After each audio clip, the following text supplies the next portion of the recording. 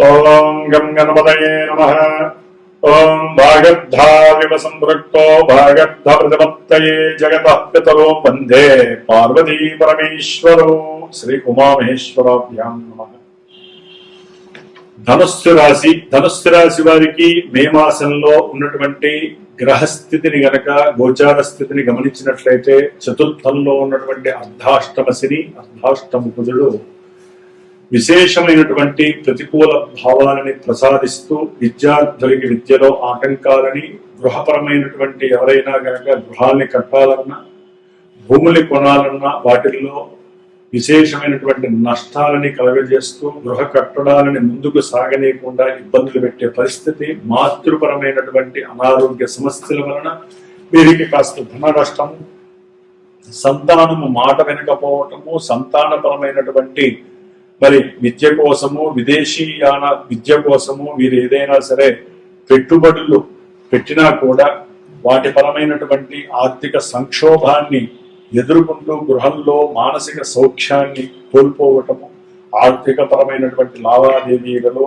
అర్థం కానటువంటి పరిస్థితి, కుటుంబంలో ప్రతి విషయంలో భార్యాభర్తల మధ్య విశేషమైనటువంటి గొడవలు రాసుకోవటం, బంధువుల ద్వారా కానీ ఎవరైనా సరే ఆకస్మికంగా పరిచయమైనటువంటి వ్యక్తుల ద్వారా కుటుంబంలో లేనిపోని అస్తవ్యస్త పరిస్థితులు క్రియేట్ కావటం, వీరి యొక్క ప్రయాణాలలో కొన్ని ప్రమాదాలు, కొంతమందికి జీవితంలో ఇంత నరకం అవసరమా అనేటువంటి పరిస్థితుల్ని కూడా ఈ పొజిషన్లు మే 10 వరకు కుజులు కలుగజేసే అవకాశము, మే 10 తర్వాత సంతానపరమైనటువంటి కొన్ని సౌఖ్యకరమైనటువంటి పరిస్థితులు కలుగుతాయి.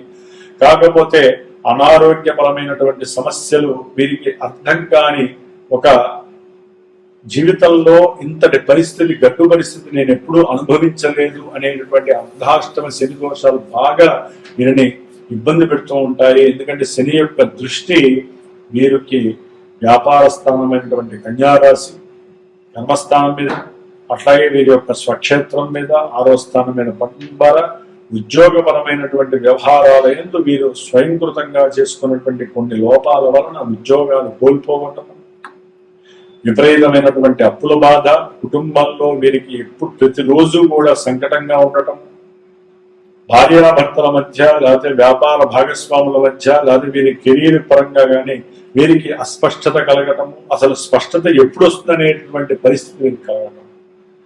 ముఖ్యంగా 3వ స్థానంలో ఉన్నటువంటి రాహువు వీరు ధైర్యంగా చేసేటువంటి గృహపరమైనటువంటి ఆర్థికపరమైనటువంటి ఏ విషయాల్లోనైనా సరే అనుకూలతలు కలగజేయటము, వీరు స్వయంగా నిర్ణయించుకున్నటువంటి ప్రతి కార్యమందు కూడా వీరికి వీరే మానసిక సంకల్పాన్ని దృఢంగా ఉంచుకొని తీసుకెళ్లే శక్తి రాహు ఇస్తున్నాడు. దూర ప్రయాణాల యందు మక్కువ చూపటము, లేదా ఏదైనా తీర్థయాత్రలకు వెళ్లాలనేటటువంటి సంకల్పం కలగటము రాహుకేతువులు ప్రసాదిస్తున్నాయి. అయితే మే 14 వరకు రవి బుధుడు ఈ యొక్క 5వ స్థానంలో ఉండటం ద్వారా, కుజుడు కూడా ఒక 4-5 రోజులు కలవడం ద్వారా సంతానపరమైనటువంటి ప్రయాణాల యందు వీరికి కాస్త ఆర్థికపరమైనటువంటి నష్టాలు కలగటం, కొంతమందికి వ్యాపారపరమైనటువంటి విషయాలు కానీ లేకపోతే భార్యా సంబంధిత విషయాలలో కొన్ని ఇబ్బందులు కలగటము, దానివల్ల ఇరువురి మధ్య దూరం ఏర్పడేటటువంటి పరిస్థితి, కొన్ని గొడవలకి దారి తీయటము, అన్నదమ్ముల మధ్య తండ్రికి సంబంధించినటువంటి ఆస్తిపాస్తుల విక్రయాదులు లేకపోతే కొనుగోలు విషయాలలో ఎన్నో రకాలైనటువంటి ఆటంకాలు, సమస్యలు, వీరి మధ్య బహుబంధుత్వాలు తెగిపోయే పరిస్థితులు కూడా కనిపిస్తున్నాయి. ఇక్కడ ప్రేమను పెంచుకుంటూ ముందుకు వెళ్ళాలి. మే 15 తర్వాత రవి బుధుడు 6వ స్థానంలోకి వచ్చినప్పుడు చాలా మందికి పోయినటువంటి ఉద్యోగాదుల్లో మళ్ళీ పిలిచి ఉద్యోగాలు ఇవ్వటం, లేకపోతే ప్రయత్నం చేస్తున్న వాళ్ళకి ఉద్యోగాలు రావటం, వ్యాపార భాగస్వాముల మధ్య అనుకూలత ఏర్పడి పెట్టిన పెట్టుబడుల గురించి చక్కగా మాట్లాడుకొని ధన లాభాలను చక్కగా పంచుకునేటటువంటి పరిస్థితి, ఇవన్నీ కూడా రవి బుధులిస్తున్నారు. అట్లాగే శుక్రుడు మే 15 వరకు 6వ స్థానంలో ఉండి భార్యాభర్తల మధ్య ఏదో తెలియనటువంటి ఇబ్బందులు, తర్వాత మళ్ళీ గురుడు శుక్రుడితో కలిసి కొంతమందికి వివాహ ప్రయత్నాలలో అనుకూలమైనటువంటి గ్రహస్థితి కనిపిస్తోంది. లెక్క ప్రకారము శుక్రుడు సప్తమంలో ఉండటం దోషప్రదమైనప్పటికీ ఆయన వివాహ కారకుడు అవ్వటము, గురుడు శుభ వీరి యొక్క జన్మరాశ్యాధిపతి అవ్వటము, అట్లాగే మిత్రక్షేత్రం అవడం ద్వారా వివాహము అనుకూలించటము, వివాహ ప్రయత్నాలు జరగటము, చక్కగా ఇంట్లో ఆనందకరమైనటువంటి ఉత్సాహము, ఉల్లాసంతో కూడినటువంటి వినోదాత్మకమైనటువంటి విందులు వినోదాలు కలగటము చాలా ఆనందంగా ఉంటుంది ఈ యొక్క ధనుస్సు రాశి వారికి. కొన్ని ఎవరైతే అప్పులు చేస్తారో ఆ అప్పులు తీర్చేటటువంటి వ్యాపార స్థితి కూడా వీరికి ఆర్థికపరమైనటువంటి లాభాలను కలుగజేస్తున్నాయి. స్నేహితుల యొక్క సహాయ సహకారాలు మీ ఇంట్లో జరిగే శుభకార్యాలకి చాలా ఆనందదాయకంగా మీరు ఆనందపడే యోగాన్ని కలుగజేస్తున్నాయి. అయితే ఈ యొక్క వివాహం దగ్గరికి వచ్చేసరికి అంటే ఇవన్నీ మాకందరికి జరుగుతాయా గురువు గారు అని చెప్పి చాలా మంది అడుగుతూ ఉంటారు. ఎందుకు జరుగుతాయండి? కొంతమందికి మా జన్మరాశిదే, మా నక్షత్రం ఇది, మాకందరికీ జరిగిపోతాయి అనుకుంటే కొన్ని లక్షల మందికి కోట్ల మందికి ఇవే జరిగితే ప్రపంచం ఇట్లా ఉండదండి. పుట్టినప్పుడు మనకంటూ బేసిక్గా ఒక లగ్నం ఉంటుంది, గ్రహ గోచార స్థితి ఉంటుంది, చంద్రుడిని బట్టి దశలు అంతర్దశలు యాక్టివేట్ అవుతాయి, లగ్నాన్ని బట్టి అవి ఏంటి, అవి ఇక్కడ ఏం తెలియజేస్తుంది, ఆ దశలు అంతర్దశానాదులు ఇప్పుడు ప్రెసెంట్ ఎక్కడ ఉన్నారు, వారు శుభాలను ఇస్తున్నారా దుష్ఫలితాలను ఇస్తున్నాయా, ఇవన్నీ కూడా సరైన గురువు ద్వారా మీ యొక్క జ్యోతిష్య పరిజ్ఞానాన్ని చక్కగా తెలుసుకోవాలి.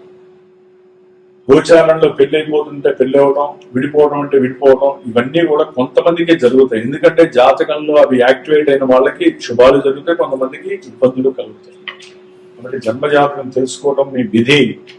ఏదైనా ఈవెంట్స్ ప్రారంభం చేసేటప్పుడు అది విద్య కానీ, వివాహం కానీ, వ్యాపారం కానీ, మీకు ఏదైనా ఇబ్బందులు కలుగుతున్నా అసలు మా జాతకం ఎలా ఉంది అని సరైన గురువుని మీరు ఎంచుకొని తెలుసుకోండి.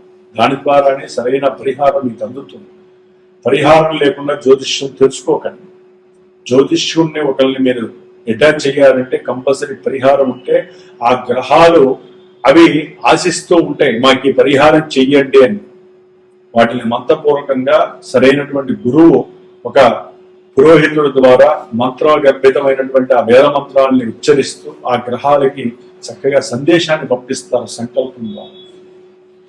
అట్లాగే వివాహం కానటువంటి 27 సంవత్సరాల నుంచి 42 సంవత్సరాలు కలిగినటువంటి వారికి పురుషులకి ముఖ్యంగా జూన్ 2వ తేదీన శ్రీమాత జ్యోతిషాలయ పీఠం తరఫున నా సమక్షంలో హైదరాబాద్ లో ఒక దేవాలయంలో విశేషముగా పురుషులు గనక సంప్రదించినట్లయితే వివాహం కోసం వారి జన్మజాతకంలో ఎన్ని దోషాలైనా ఉండనివ్వండి, ఎన్ని పూజలైనా చేయనివ్వండి, ఎన్ని హోమాలు చేయనివ్వండి, ఈ యొక్క పూజా సంకల్పము జూన్ 2 అధిక జ్యేష్ఠ మాసంలో గురుడు కర్కాటక రాశిలో ఉచ్చస్థితిలో మారుతున్న వేళ అత్యంత శుభాన్ని ఇచ్చేటటువంటి ఈ గ్రహము ఆ రోజున మంగళవారం అవడం, సర్పదోషాలు కుజదోషాలు ఉన్నటువంటి వాళ్ళకి, స్త్రీ దోషాలు శుక్రదోషాలు ఉన్నటువంటి వాళ్ళకి, పితృదోషాలు ఉన్న వాళ్ళకి, పునర్భూ దోషాలు, ఇట్లా ఇన్ని దోషాలు ఉన్నా సరే సుబ్రహ్మణ్య కళ్యాణం వలన అవన్నీ కూడా పటాపంచలైపోతాయి. ఆ రోజున ప్రత్యేకించి సుబ్రహ్మణ్య కళ్యాణం ఆచరిస్తూ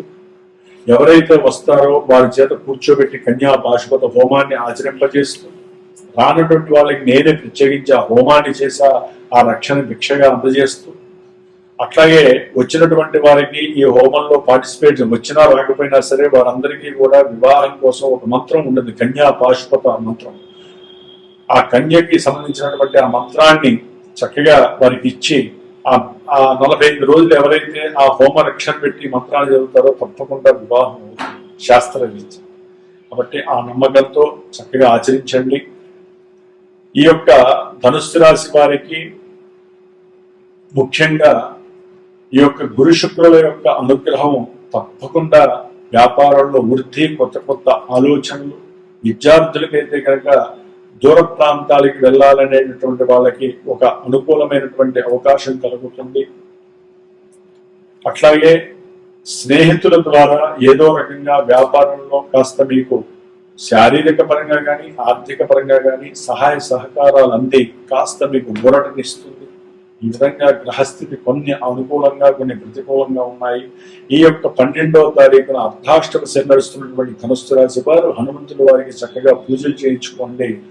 అట్లాగే పీఠం తరపున నేను 70 రోజులు బట్టి కొంతమందికి హోమం ఈ యొక్క పూజ చేస్తున్నాను. పూజ శనులకు సంబంధించినటువంటి జపాదులు అట్లాగే హనుమంతుల వారికి 12వ తారీఖున పీఠం తరఫున హోమం చేస్తున్నాను. సో ఈ స్వామివారికి సంబంధించినటువంటి హనుమంతు హోమం, మృత్యుంజయ హోమం, శనిగ్రహాల దోషం పోవటానికి నవగ్రహ హోమం. కాబట్టి ఎవరైనా పార్టిసిపేట్ చేయదలుచుకుంటే తప్పకుండా సంప్రదించండి. అట్లాగే ఇంకొక శుభవార్త, మనకి మే 16వ తేదీన శనివారము అమావాస్య రోజున శని జయంతి జరుగుతుంది, శనీశ్వరుడు యొక్క పుట్టినరోజు. కాబట్టి ధనుస్సు రాశి వారు శని యొక్క అనుగ్రహం పొందడానికి ఈ రోజున శనికి సంబంధించినటువంటి అభిషేకాలు చేసుకోండి. ఏదైనా శివాలయంలో ఉపవాసం నియమాలు ఉండండి, శనికి దానం చేయండి. అట్లాగే బీదా బిక్కులకి ఏదైనా సరే అన్నదానమో లేదా చెప్పుల దానమో చేయండి. అట్లాగే మన యొక్క పీఠం తరఫున విశేషంగా ప్రతి అమావాస్యకి నేను చేస్తూనే ఉంటారు. ఈసారి శనిగ్రహ పాశుపత రుద్ర హోమాన్ని, మృత్యుంజయ హోమాన్ని, నవగ్రహ నక్షత్ర హోమాలని ఆచరిస్తూ ఎవరైతే పార్టిసిపేట్ చేస్తారో వారికి ఆ యొక్క హోమ రక్షని మీకు పంపించే అవకాశం తీసుకుంటున్నాను. కాబట్టి ఈ విధంగా ధనుస్సు రాశి వారు కొంచెం ప్రయత్నపూర్వకంగా ఈ నెలలో వచ్చేటటువంటి పూజలు చక్కగా మీరు ఆచరిస్తూ చేయించుకోవాలనుకునే వాళ్ళు నన్ను సంప్రదిస్తే తప్పకుండా వారి యొక్క యోగక్షేమాల కోసము, వారి యొక్క కోరికలు నెరవేరడం కోసం నా వంతు కృషి నేను చేస్తున్నాను. ఓం హనుమతే నమో నమః. జై శ్రీరామ్.